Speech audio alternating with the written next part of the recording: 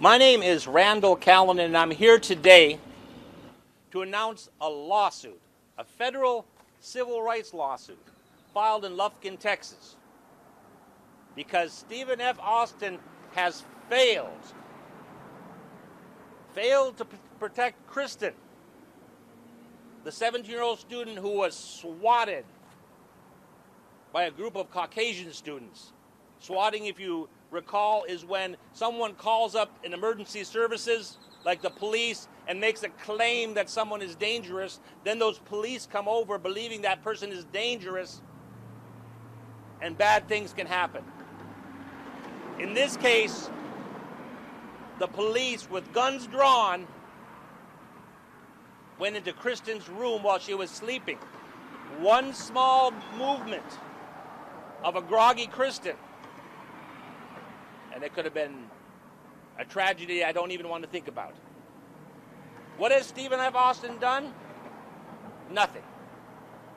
They have not done anything. And that's why we filed this lawsuit, not only against Stephen F. Austin, but also against the group of adults, young adults, that caused this problem, excuse me. Will they learn? How do you make young people learn that calling the police on someone and saying that they have a scissors, that they're going to hurt someone, when that's false? How do you teach them? The school was doing nothing. If you recall, it wasn't until some publicity came their way that they finally started doing something. They were probably going to do nothing. So that's what we have to do. We have to take it upon ourselves. We have to file a lawsuit. We have to get in the press to make things happen, which should have happened a long time ago.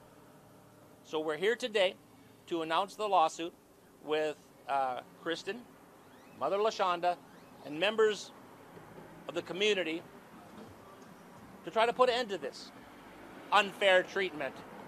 Not a concern. Why shouldn't people be as concerned about African American people as they are about other people? They need to be just as concerned. Everybody should be treated fairly. We need economic justice. We need educational justice. I say we should all be equal. That's all what we're here today. They don't want any favorable treatment. They just want to be treated equally. Next, we'll hear from Cynthia. Good afternoon. I'm Cynthia Cole, Executive Director for Ask Me Local 1550 and an advocate for the community. When your daughter goes to a college, and this should be a learning experience, the last thing they should have to experience is such a level of racism that they're out of the blue, they just go to sleep, and then you're awakened by the police. Unacceptable. Stephen F. Austin should have done something a little bit more, even if it's proactive training, even if it's something inclusive in what you have when you send your children there to kind of go through what they call a fish camp, and you get introduced to what is the process. However, for whatever reason, we keep coming back to this. Young people, it is not funny. It is not acceptable. And as adults, when you hit 18, it is not appropriate to think that this is a type of behavior. It is not. And so I'm here to send the message. This young lady, Kristen, and her family even taught me and my family and some of my members a lesson. Don't go to sleep on what would happen if there's levels of prejudice. If we don't stop it or we don't acknowledge it, it will continue. And one day, it could be your daughter or your son. Is that a part of the educational process? It should be an educational process to teach them how to not handle prejudices. It shouldn't be dismissed. It should be addressed. Next, we'll hear from Shelby Stewart.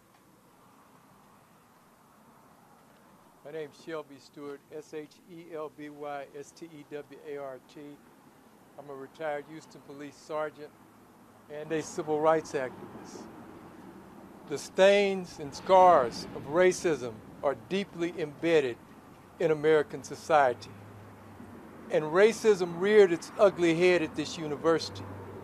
The university made a decision that they would accept the words of some white kids that lied about what happened in their dorm room.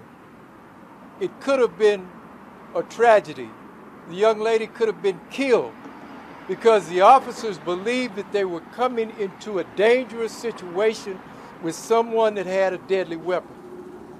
The university has exposed where they stand on these issues, and it is a manifestation that if you have a black child, you cannot be comfortable with your child going to this school, because what they are saying is, if it comes down to the word of some white kids against a black kid, their choice is going to be with the white child. Thank you. Next we'll hear from Noel Pinnock.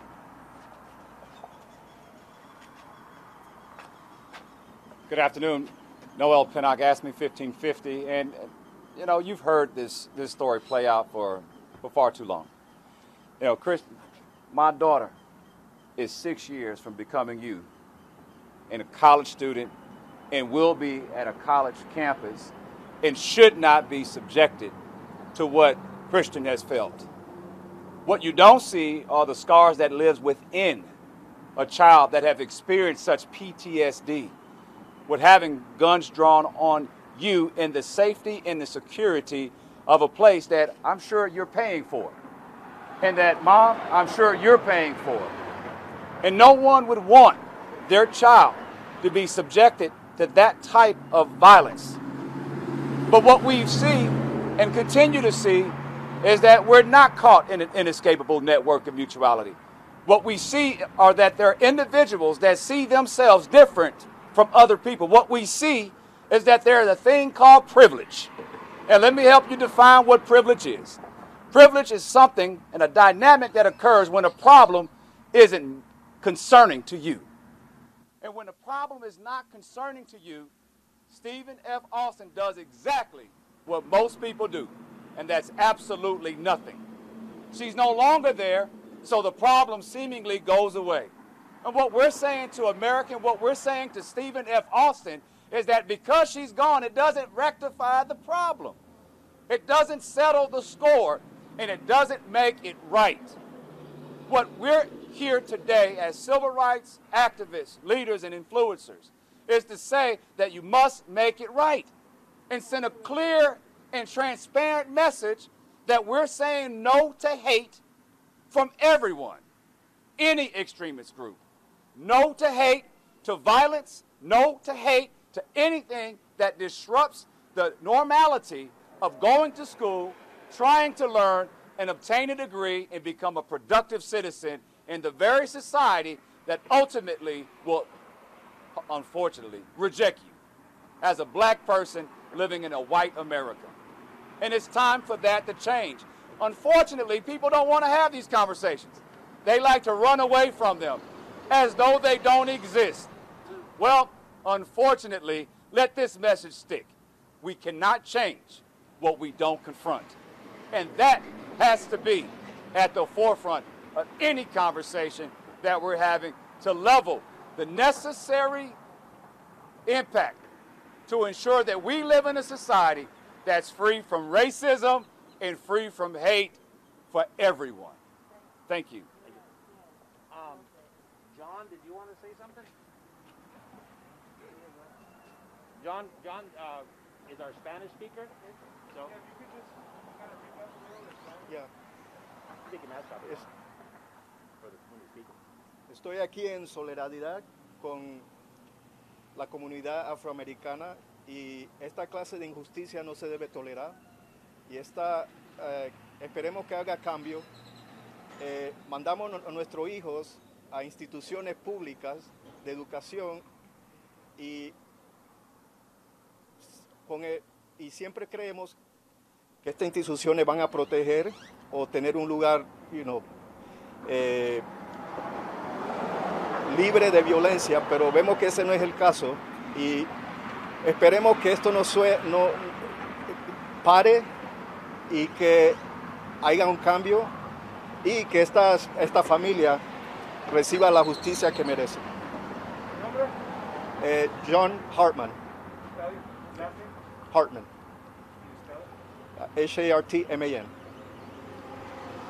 Thank you, John. Okay, if the activists are done, then I would like to hear from LaShondra.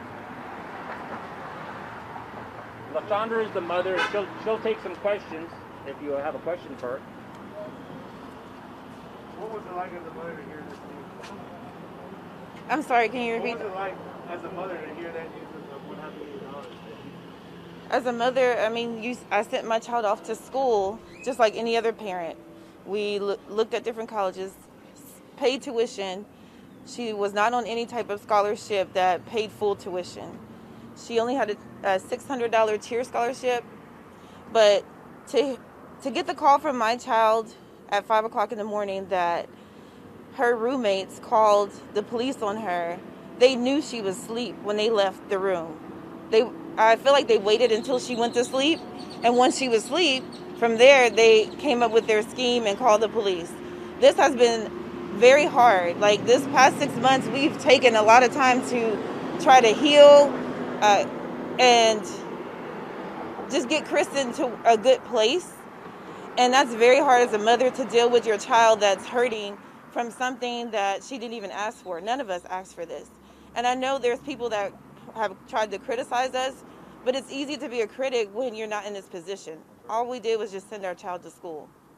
We didn't expect any of this. And SFA has done nothing. They have not contacted us. They haven't done anything to show that there's not any tolerance, that they don't tolerate students calling the police on someone, a falsified report. If I did that as a regular citizen, I would go to jail. I would have to face consequences. And these girls have not even faced any consequences. I don't even know if they're remorseful. One girl has even tried to contact Kristen through her Twitter account after all of this has happened. So it's just very disheartening, and it's very traumatic and hard to go through. Was that an apology? Or No, it was not an apology or anything like that. I guess he was just trying to follow her. So there was nothing, like no message sent that says, hey, I'm sorry. What would you like to see done with this lawsuit? I would like for Stephen F. Austin and those girls to take some accountability for what's happened.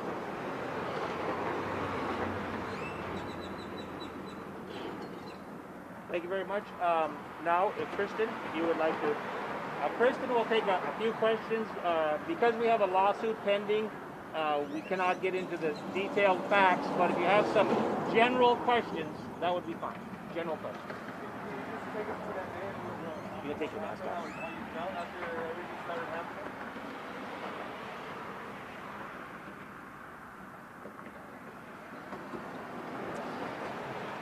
After everything had happened, I felt betrayed. I felt very unsafe. I felt just very sad because I thought I was just going to school, making friends, and then I wake up to flashlights in my face and to the police asking me questions about something I didn't do. And ever since that day, I still have to take precautions. I still have to make sure that I feel safe. Even though I'm at a brand new university, I still have to take the precautions to make sure I feel safe. And Taking a toll I'm sorry. on you? Taking a toll on you? Yes, it has taken my whole... I'm not the same person I was walking into that college. I'm a totally different person, and I'm suffering from those girls' actions. I am truly suffering, and even though I'm at a new school, it still has traveled with me. Any other questions for the moment? Alrighty, well, thank you so much for coming.